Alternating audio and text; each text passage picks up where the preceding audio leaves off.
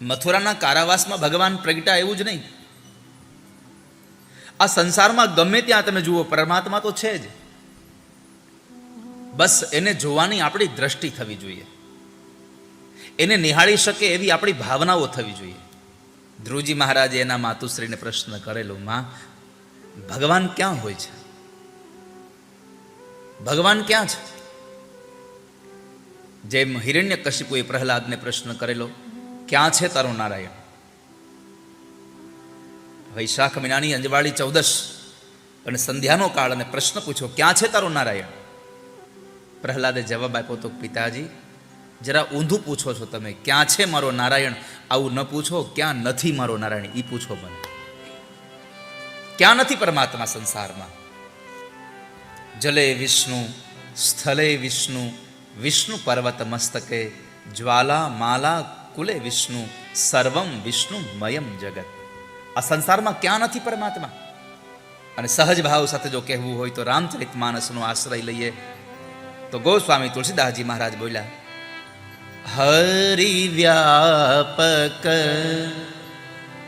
સર્વત્ર સમાના, હરિ વ્યાપક સર્વત્ર સમાના. મારામાં છે, તમારામાં છે, ક્યાં નથી પરમાત્મા? બધામાં પરમાત્મા છે, પણ બસ આપણને ખાલી ઓછા વધતો દેખાય છે.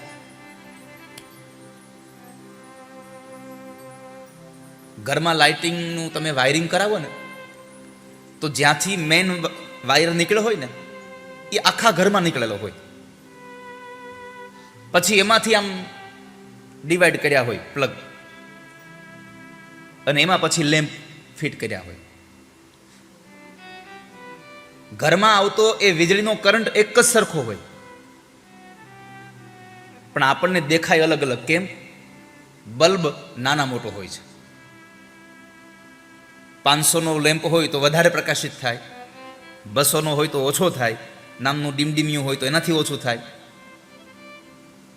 એમ આ સંસારમાં જેટલા જીવ છે ને એમાં આત્મા એક જ સરખો છે, પરમાત્માનો પ્રવાહ એક જ સરખો છે, પણ મારી તમારી જેવા આ કંઈક આ મનુષ્ય રૂપ છે એ વિશેષ 500નો લેમ્પ છે, એટલે પરમાત્મા આમાં વિશેષ સ્વરૂપે પ્રગટ થયા છે. આપણે આમાં થોડાક વધારે દેખાય છે. બીજી યોનિઓમાં પણ પરમાત્મા છે, પણ એ શરીર એવું છે, એ લેમ્પ નાનો મોટો છે, એટલે આપણને બધાને અલગ અલગ દેખાય છે. બાકી પરમાત્મા તો બધે છે. હરિ વ્યાપક સર્વત્ર સમાના, હરિ વ્યાપક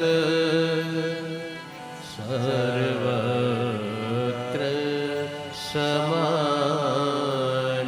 ભગવાન સર્વત્ર વ્યાપક છે.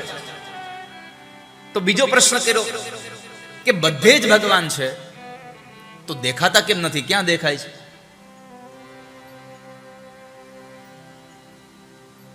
જો નથી દેખાતા એનો અર્થ એવો ન સમજશો કે નથી, અને નથી દેખાતો અને છતાં પણ તમે એના વગર નથી રહી શકતા, એ જ પરમાત્મા છે.